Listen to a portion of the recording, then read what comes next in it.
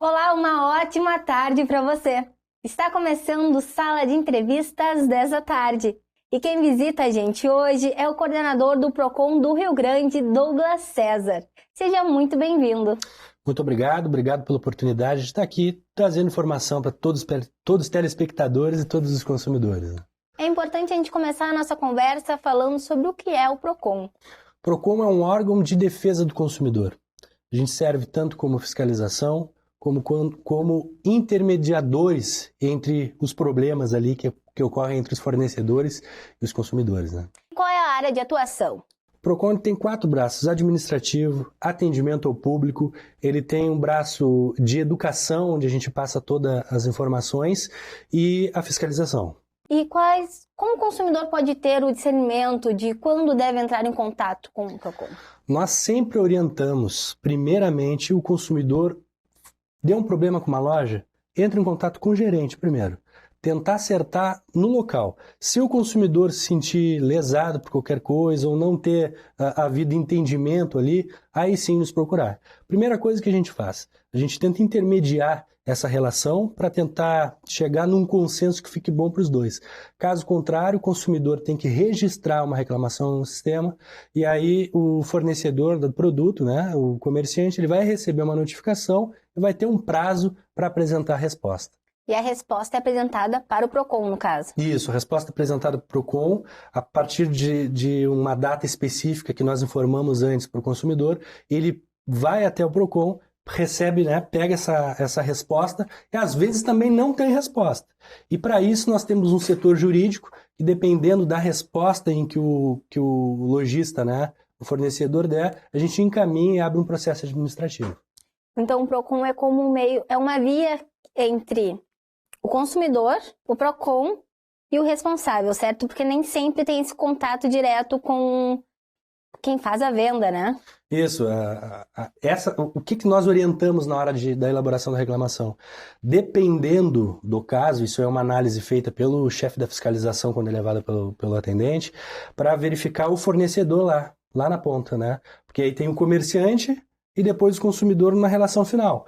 Então se faz uma avaliação de um todo para ver se determinado equipamento, ou dependendo até a prestação de serviço ali, não tem que colocar de forma global todos, né?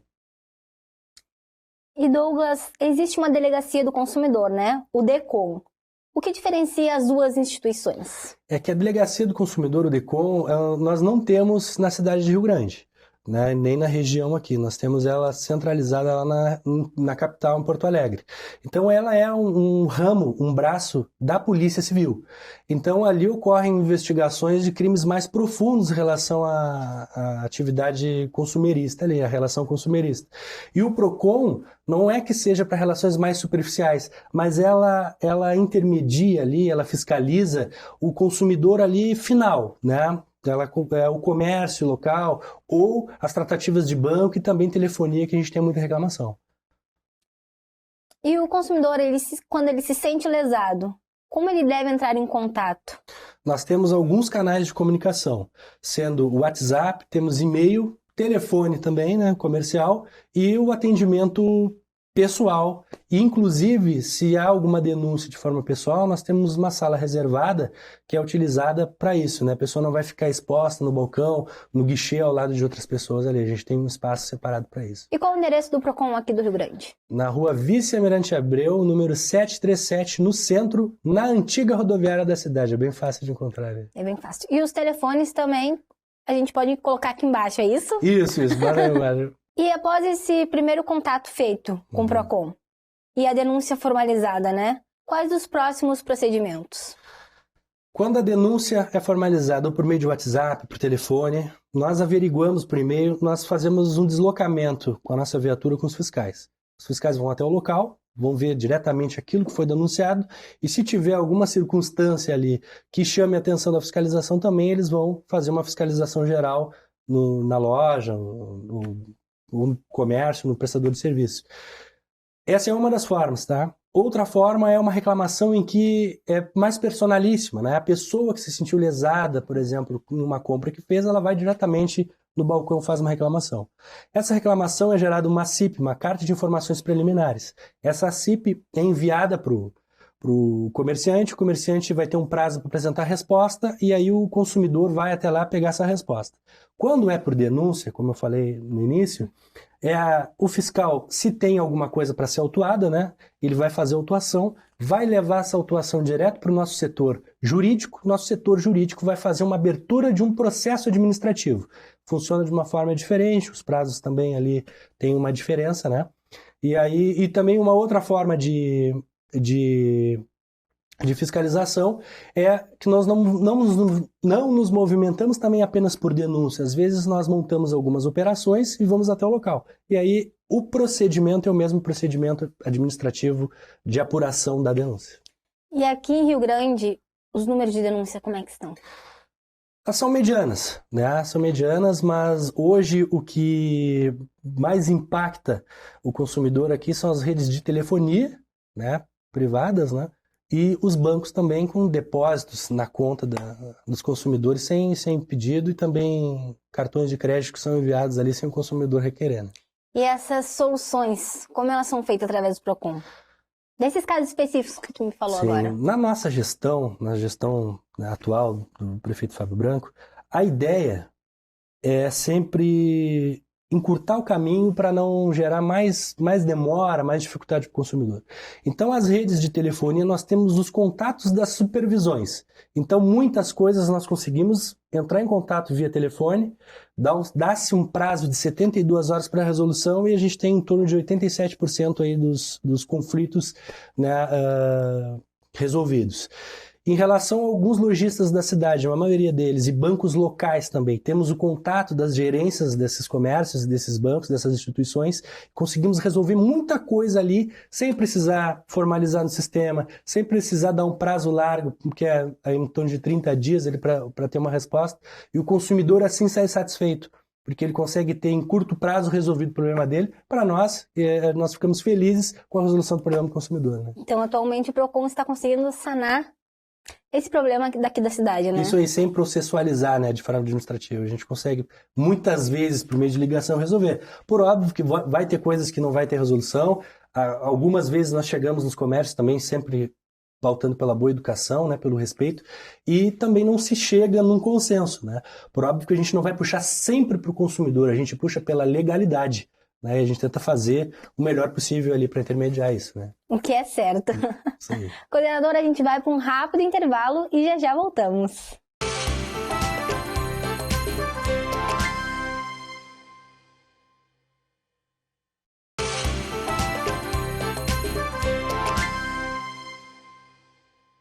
Estamos de volta com o Sala de Entrevistas desta tarde. E quem visita a gente hoje é o coordenador do PROCON do Rio Grande, Douglas César. Estamos de volta para falar sobre o PROCON ainda, né? Vamos lá. E como pode ser investigado? A denúncia chegou, tá? Uhum. Como ela é investigada? Por exemplo, toda vez que chega uma denúncia local, né? Chegou, por exemplo, um posto de combustível, que é algo que, com essas subas da Petrobras aí, andou chamando bastante atenção, Um assunto né? muito em alta. Bem alto. Chegou que o posto de combustível, ele está vendendo combustível menos do que aparece na bomba. Entra menos combustível no veículo do que aparece na bomba. Quando a gente recebe isso e tem possibilidade já da gente sair, realmente às vezes é muito rápido. A gente recebe uma denúncia, menos de 5 minutos, se tem essa possibilidade da gente sair com a viatura, a gente já sai. Geralmente vai 2 fiscais, né? Os fiscais, no exemplo do posto, chegam no posto de combustível, primeiramente pedem para falar com o gerente, chamam o gerente desse posto, vão diretamente na bomba onde o consumidor indica ali que pode ter algum problema, e é solicitado para que o posto de combustível faça um teste. Então tem sempre um funcionário, ou deveria ter, né, um funcionário no posto encarregado por isso. Ele vai pegar, eles têm como se fosse um balde de ferro, né, com as numerações ali. Então eles pegam e injetam esse combustível ali, botam uma quantidade e injetam para verificar. Então é uma verificação visual. Isso em relação à saída de combustível na bomba, né? Tem outras fiscalizações que nós fazemos em relação a posto também. Sobre esse posto, a gente pode seguir falando como é que foram os registros aqui na cidade do Rio Grande, devido a essa alta, né, dos preços. Muitas reclamações? Como é que está aqui Hoje na mesmo, cidade? antes de vir para cá, eu fui conversar com... o dono de um posto de combustível local foi conversar comigo, porque ele tinha recebido uma multa. Até não era por conta da gasolina, do diesel, foi por conta de um produto vencido que foi encontrado dentro da loja, né? Mas em relação a... Pô, esqueci. As denúncias daqui dos postos da Sim, em cidade? relação às denúncias, teve muita denúncia em relação à suba do combustível, o aumento de preço por especulação. O que acontece? A Petrobras anuncia, por exemplo, que vai aumentar o valor do combustível no sábado. Sexta-feira, o que nós vimos avaliando? Que nas sextas-feiras, nos aumentos dos sábados, os postos de combustível, alguns, não todos, aumentavam o preço sem antes ter efetuado a compra de um combustível no valor reajustado. E porque aí o questionamento dos postos, né? A gente não tem liberdade de aumentar o valor? Eu digo, nós dizemos sempre, vocês têm liberdade para poder aumentar e botar o valor que vocês quiserem. Só que sempre, mediante a especulação, sempre um dia antes do aumento, sempre. Então nós encaramos isso como uma ilegalidade, né? E acabamos multando alguns postos de combustível por isso. Entendemos que o consumidor está sendo lesado aí por uma arbitrariedade, né? Nessa suba de preço. Nunca falamos em lucro. O lucro é propriedade do comerciante, do lojista, mas a questão é a arbitrariedade em relação a uma especulação geral, né? Em média, quantos postos, mais ou menos, receberam denúncias? No último sábado que teve aumento, foi, salvo engano, dia 18. Não estou enganado a data, mas o último aumento que teve a Petrobras foi 3 postos de combustíveis aqui da cidade foram multados. As multas giram em torno de aproximadamente 15 mil reais. É bem alto o valor. É bem alto o valor. Então, não vale a pena agir com arbitrariedade, porque nós estamos sempre atentos e a população também está atenta e nos ligando, nos mandando mensagens, e nós temos a obrigação de averiguar e ver se realmente aquilo ali o consumidor está sendo lesado e eles estão agindo de forma correta. E são multas com valor também para o pessoal se conscientizar, literalmente, né? É verdade. Porque é preciso se conscientizar. Não, tem que ter uma conscientização. O PROCON, ele não está aberto apenas para o consumidor, ele está aberto também para o comerciante, para o lojista, tirar as dúvidas com a gente do que pode ou não impactar em um problema. A gente está disponível para ele também. Então é só nos procurar, vai lá, pede para conversar comigo, com o coordenador, tem a fiscalização também, pode conversar com a fiscalização. Tem o setor jurídico, onde nós temos um servidor de carreira que é advogado, né, também. Então nós temos um bom know-how, todos eles têm especializações nas áreas, né? Então a gente está aberto para a comunidade local, para o comércio local, para todos os consumidores, para tirar dúvida e evitar o problema. Coordenadora, a gente ainda estava falando das investigações, né? Falamos dos postos de gasolina e quais são as outras? Nós temos questões bancárias, né? E questões de telefonia são as maiores. Depois a gente tem alguns problemas de compras na internet. Por exemplo, as de telefonia, também. como elas são investigadas? É que a questão da telefonia, a gente não tem uma investigação, a gente não tem um investigador como tem o DECOM, por exemplo, da Polícia Civil, né? Eles vão lá, fazem um pedido para o juiz lá para investigar, para abertura de conta, para verificar, fazer um grampo telefônico. A gente não conta com isso, a gente não tem essa estrutura, né? O que nós fazemos é verificação de notas fiscais, por exemplo, verificação das contas que chegam dos boletos bancários. Então, acaba, não é que seja superficial, mas nós não temos um mecanismo mais profundo de investigação, por exemplo, né? Nós temos a nossa fiscalização, hoje nós contamos com 4 fiscais, né, de diferentes áreas de especialização. Então a gente faz sempre apuração, na maior parte das vezes, a apuração de notas fiscais e também o que é encontrado em loco. Né? Coordenador, existe um canal que o consumidor possa tirar as dúvidas? Hoje, nós não temos um aplicativo, por exemplo, que o consumidor pudesse entrar em contato ali e ter as dúvidas respondidas de forma imediata. Mas, através do nosso WhatsApp, nós fazemos isso. Né? Não é o ideal, mas nós conseguimos responder bastante gente, muitos consumidores, através do WhatsApp, porque nós disponibilizamos um fiscal, né? Ele é um fiscal, não é só um atendente. Nós temos lá estagiários de direito e temos também atendentes de empresas terceirizadas. Nós temos um fiscal para elucidar todas as dúvidas aí dos consumidores, né? Através do WhatsApp. E o PROCON também trabalha com pesquisas, né? Para melhorar a proteção do consumidor. Como é que funciona? Nós temos um servidor né, responsável pelo Procon Educação, que é um dos nossos pilares, né? Então, esse servidor, ele fica responsável por toda a questão de notícias, né, que saem na mídia. Por exemplo, uma notícia que saiu na mídia foi a questão dos carregadores do iPhone. Então, nós recebemos isso, inclusive do Senacom, que é um órgão de proteção do consumidor, né, o federal. Então, nós recebemos essa informação, ele fica responsável por toda a parte de marketing, publicidade, informação. E então nós temos uma pessoa certa para isso e uma equipe ali por trás também para poder fazer toda essa elaboração, né? Um exemplo, coordenador, por exemplo, faltou luz em casa. Uhum. Queimou a geladeira, queimou o micro-ondas. O que essa pessoa deve fazer?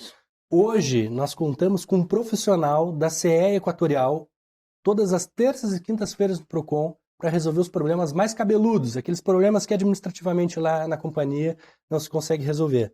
Então, aproveitando esses dias, essas reclamações podem ser feitas diretamente para ele lá, no Procon mesmo, né, na nossa sede. E quando acontece de queimar algum eletroeletrônico, né? Só para reforçar, então terça e quinta tem um representante da Equatorial, é isso? Isso aí, lá no Lá Procon. no Procon. De 12h30 até as 17 horas. Tá? Pode ir lá e vão conversar diretamente com ele. E os problemas são resolvidos mesmo, assim, de verdade. Porque ele atende na minha sala, então eu estou de olho ali para a coisa acontecer bem, né?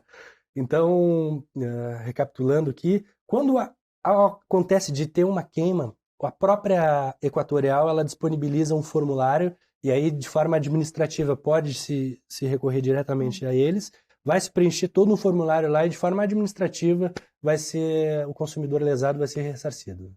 E, coordenador, qual é a orientação do Procon para os consumidores que se depararem com os preços excessivos? Preço excessivo acontece geralmente em épocas de festividade, né?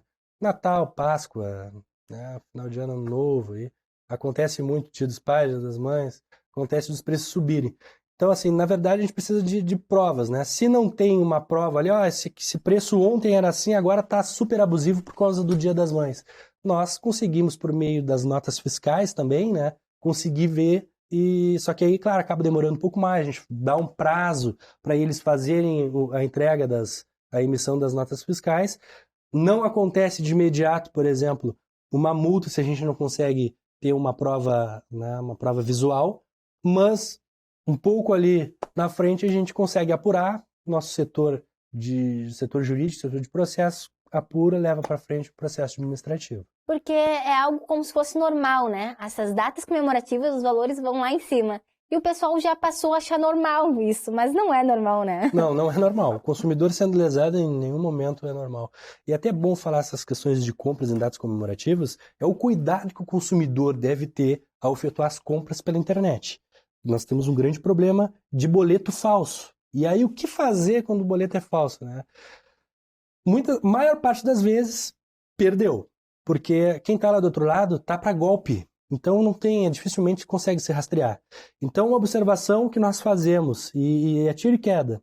Efetuou uma compra de um produto na internet, está com boleto, não efetuou a compra ainda, está com boleto, vai pagar. Olha bem para ver o CNPJ. Tá? Se for CPF, geralmente é fraude. E com o CNPJ, coloca lá no Google, lá, Receita Federal, CNPJ. Vai abrir um ícone, clicou lá, bota o CNPJ, verifica se realmente é daquela empresa, verifica se aquele CNPJ ainda está ativo. Caso contrário, está inativo o CPF, geralmente é golpe. É uma dica maravilhosa mesmo. Coordenador, a gente vai acabando o programa por aqui. Quer deixar um recado para quem está nos assistindo hoje? Recado para todos os consumidores é que tenham atenção. Não façam compras correndo. Eu vou fazer agora porque geralmente dá erro, dá problema, cai na questão do boleto falso. E nas compras feitas em estabelecimentos físicos, sempre perguntem para o vendedor sobre política de troca. Isso é muito importante, porque às vezes dá um probleminha, quando vai trocar o CDC, ou por próprio arrependimento, o CDC ele não tem um dispositivo ali que faça troca para arrependimento, a não ser compras fora do estabelecimento. Então sempre pergunte por questões de troca, que é fundamental na hora da resolução do problema, né? Muito obrigada pela presença e pela disponibilidade de vir até aqui. Eu que agradeço, muito obrigado. E para você que me assiste aqui na TV Farol, se você ainda não nos segue no Instagram, é @TVFarolRS. Você pode enviar mensagens e assistir tudo o que acontece nos bastidores. Se quiser me acompanhar também, é só seguir o @ que está aqui embaixo. Tchau e até o próximo Sala de Entrevistas.